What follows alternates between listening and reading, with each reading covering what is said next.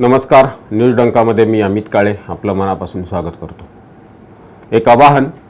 News डंकाच्या वतीनं प्रतिवर्षाप्रमाणे यंदाही दसरा दिवाळी विशेषांक प्रसिद्ध करण्यात येत आहे.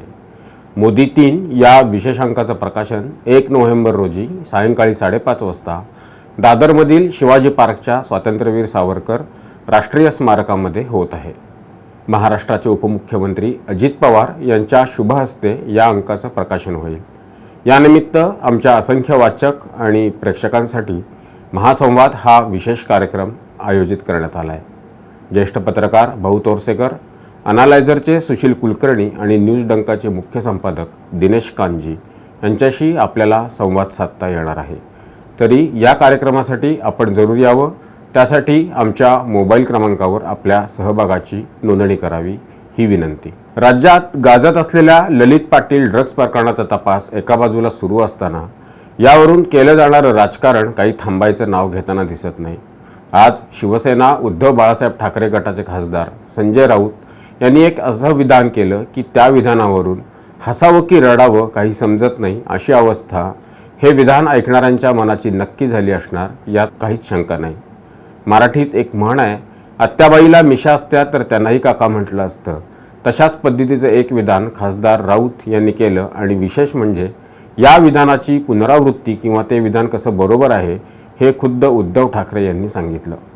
संजय राऊत बोलताना म्हणाले, जर ललित पाटील हा जर शिवसेनेचा पदाधिकारी होता असं जर गृहमंत्री देवेंद्र फडणवीस म्हणत असतील तर महाराष्ट्रात झालेल्या बॉम्बस्फोटावेळी दाऊद हा काय भारतीय जनता पक्षाचा अध्यक्ष होता का? यावरून संजय राऊत यांना नेमकं काय म्हणायचं आहे किंवा नेमकं काय सांगायचं आहे हेच लक्षात यायला काही मार्ग नाही. ललित पाटील याला जेव्हा डिसेंबर 2020 मध्ये अटक झाली तेव्हा त्याची पोलीस कोठडी मिळूनसुद्धा चौकशी झाली नाही, कारण तो लगेचच रुग्णालयात दाखल झाला होता. त्यानंतर त्याला न्यायालयीन कोठडी मिळाली आणि तेव्हा तो शिवसेना पक्षाचा नाशिकचा पदाधिकारी होता असं उपमुख्यमंत्री आणि गृहमंत्री असलेल्या देवेंद्र फडणवीस यांनी काल सांगितलं. त्यावर आज संजय राऊत बोलताना म्हणाले की ललित पाटील शिवसेनेचा पदाधिकारी होता असं जर गृहमंत्री फडणवीस म्हणत असतील तर जेव्हा बॉम्बस्फोट झाले तेव्हा कुख्यात गुंड दाऊद हा काय भारतीय जनता पक्षाचा पदाधिकारी होता का किंवा अध्यक्ष होता का? यातून त्यांना काय सूचित करायचं आहे? भारतीय जनता पक्षाचा आणि दाऊदचा काय संबंध? ज्या अर्थी देवेंद्र फडणवीस हे ललित पाटीलचा शिवसेनेशी संबंध आहे असं म्हणत आहेत तर त्याला काहीतरी आधार आहे. तसा एक फोटो प्रसिद्धी माध्यमात आला आहे. देवेंद्र फडणवीस आज राज्याचे गृहमंत्री आहेत. गृहमंत्र्यांकडे येणारी किंवा त्यांना दिली जाणारी माहिती ही आधाराशिवाय नसते. ललित पाटील याला शिवसेनेत कोणी प्रवेश दिला किंवा तो कोणाच्या मध्यस्थीनं आला, त्यावेळी तिथं कोण उपस्थित होतं हे विषय वेगळे, पण त्यानं शिवसेनेत प्रवेश केला होता हे तरी सत्य आहे ना.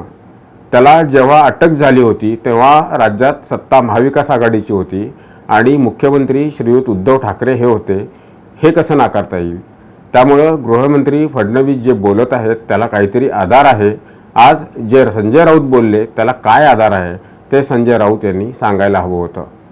वस्तुतः या देशात जेव्हा पंतप्रधान नरेंद्र मोदी यांच्या नेतृत्वाखालील सरकार सत्तेत आलं तेव्हापासून देशात बॉम्बस्फोटासारख्या अतिरेकी कारवाया झालेल्या नाहीत. जम्मू काश्मीर या भागात ज्या अतिरेकी कारवाया झाल्या त्याला भारतीय सैन्य दलानं चोख प्रत्युत्तर दिलं.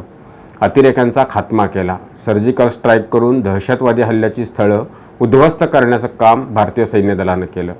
या नव्या बदलणाऱ्या भारताची ओळख आता जगभरात वेगळी झालेली आहे. भले भले आता भारताकडं वाकड्या नजरेनं पाहण्याची हिंमत करत नाहीत हे कोणीही मान्य करेल.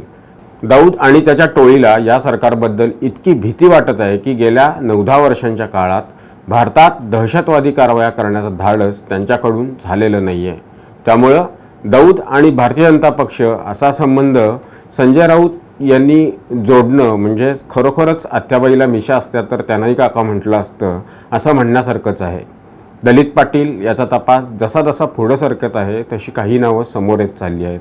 आज त्यातील एक शेख नामक संशयितेला पुणे पोलिसांनी अटक केलेली आहे.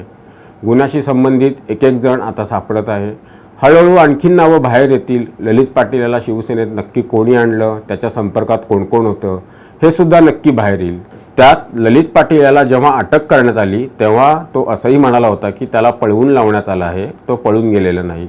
तेव्हा या त्याच्या विधानाबद्दलही त्यानं पोलिसांना काही गोष्टी सांगितल्या असतील, त्याही बाहेर येतील।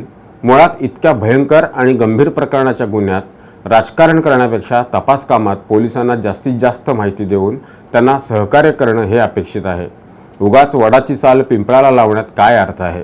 राजकारण करायला निवडणुका आहेत, ते राजकारणाचंच मैदान आहे आणि निवडणुका जवळही आलेल्या आहेत। घोडा मैदान लांब राहिलेलं नाही।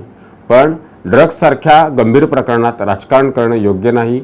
अन्यथा लोकांची धारणा अशी होईल की महाराष्ट्रात कोणतीही घटना घडली तरी त्या घटनेला राजकीय दृष्टिकोनातून पाहिलं जातं। लोकांचा व्यवस्थेवरील विश्वास कमी होईल आणि हे सुदृढ लोकशाहीसाठी नक्कीच पोषक असणार नाही। तेव्हा हा व्हिडिओ आपल्याला कसा वाटला ते आम्हाला जरूर कळवा। आवडल्यास लाईक करा, शेअर करा आणि आमचं चॅनल सबस्क्राईब करायला विसरू नका। धन्यवाद। आमचा व्हिडिओ जास्तीत जास्त लाईक करा, शेअर करा आणि आमचं यूट्यूब चॅनल सबस्क्राईब करा। धन्यवाद।